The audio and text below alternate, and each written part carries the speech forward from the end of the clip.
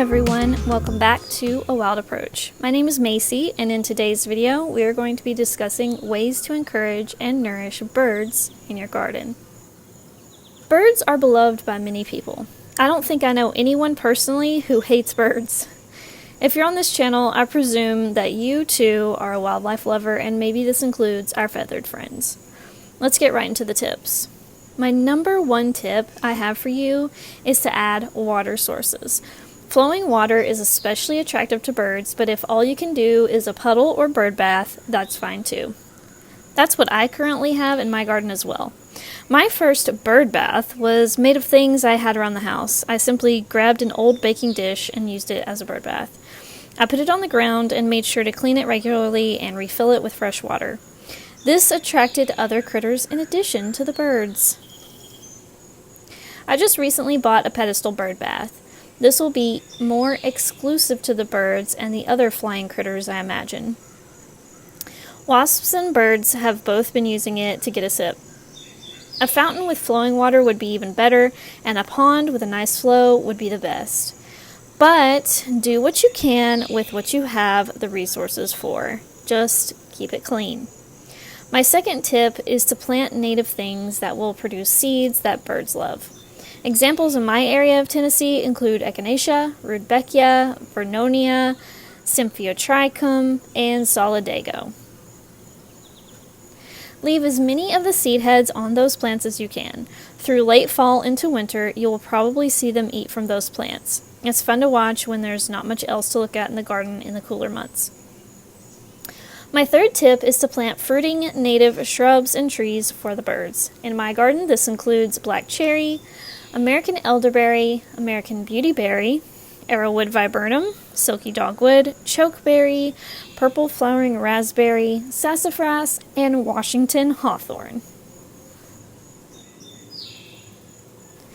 There's nothing wrong with foraging for yourself, but how about leaving some for the birds to enjoy? It may just help them flourish more than if you hadn't. My fourth tip is to leave debris around the garden for nest building and shelter. A large pile of debris would provide shelter and insect forage for the birds, while a smaller pile of green debris would provide nesting material and other forage for them. Leave the fallen leaves as much as you can, even if you have to gently move them from one area of your garden to another. Fallen leaves provide shelter for insects such as caterpillars of our native moth and butterfly species. So in doing so, you'll be helping the birds as well as the butterflies. Some birds love to forage for insects in the leaf litter layer. That's a great transition to my next tip, by the way. Think of your garden in terms of layers. No matter what type of garden you have, you should have at least 2 different layers.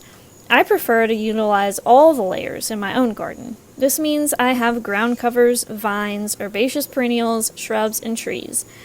I enjoy the look of a garden with all of these layers, but more importantly, birds love it. Birds of different types need different types of habitat, so including lots of different layers will help you attract a wider variety of birds. Some birds nest on the ground or in grasses, while other birds nest up higher in shrubs and trees. Vines can be great shelter and nesting resources as well. Have you ever seen birds hanging out in a very dense vine? I know I have. My next tip is to consider planting keystone species in your garden. Keystone species provide for the most caterpillars out of any other species. Examples of keystones in my region are native oak trees, cherry trees, willow, goldenrods, asters, blueberries, and many more. When you include plants that host a lot of caterpillars, you are providing not only shelter and nesting sites, but also food for baby birds. Most baby birds need lots and lots and lots of caterpillars to be able to grow up into fully mature adult birds. By planting keystone species, you're helping the ecosystem as a whole and not just our bird friends. My next tip was already alluded to, but I'll spell it out clearly just in case. It's that you should use as many native plants as you can. Native plants have co-evolved with our local butterflies, moths, birds, and other insects as well. This means they are especially appreciative when you include native plants in your landscape. This is really what the channel's main idea is about, planting native plants in our home gardens. I have several non-native plants, but I've fallen in love with native ones, and ever since, I keep adding more and more native plants to this garden.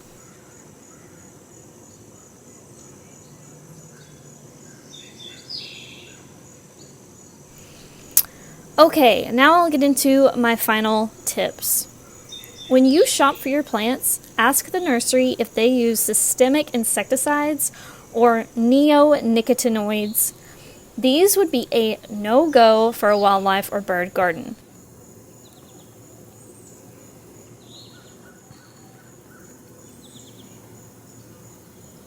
The reason is because this will create a problem for your birds. They need caterpillars to survive, so if you plant things that kill off the caterpillars around them, they won't have enough to eat.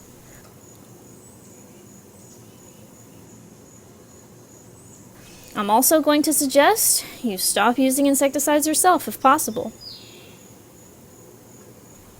You may ask yourself, how do we control mosquitoes then? I have a couple of tips for that too. There's a product called a mosquito dunk that you can put in your water sources. They kill mosquito larvae, not the adults. So when a female mosquito lays eggs in the water, they hatch, but they quickly die. These dunks don't harm any of the other critters in your garden, so they are safe to use. This can be used to trap and kill mosquitoes in your garden. It's called the Bucket of Doom. If you'd like a video about this, let me know in the comments. Another favorite method for me personally is to just wear mosquito repellent in the garden. I used to use the spray repellent on my body, but I didn't like it and I switched to a lotion. Highly recommend. Everyone's body is different though, so use a mosquito and tick repellent that is right for you. We don't need to kill everything that annoys us. We can repel them instead. Or if you get lots of mosquitoes like I do, you can employ both the mosquito dunks and the repellent lotion in your strategies. That's my favorite combo.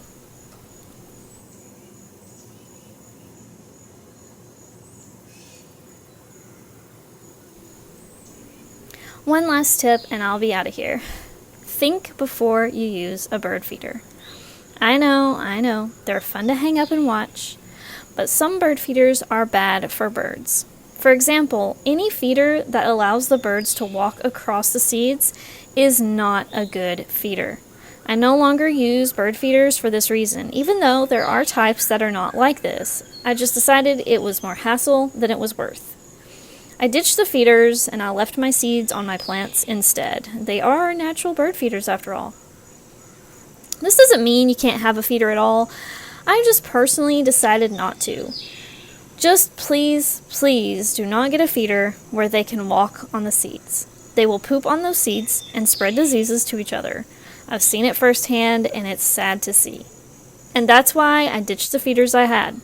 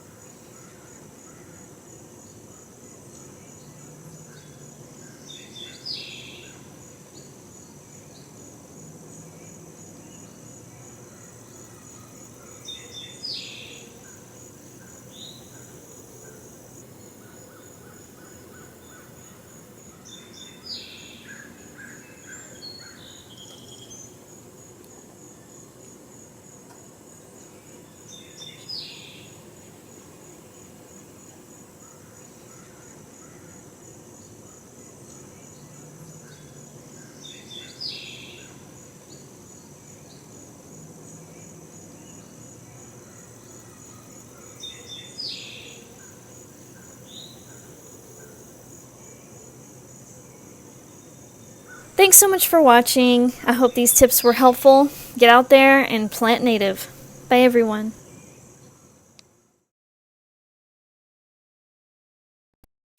You all requested it and it's finally here. Reduce Your Lawn shirts are now available in my brand new merch shop. Thanks so much for supporting the wildlife habitat we're creating.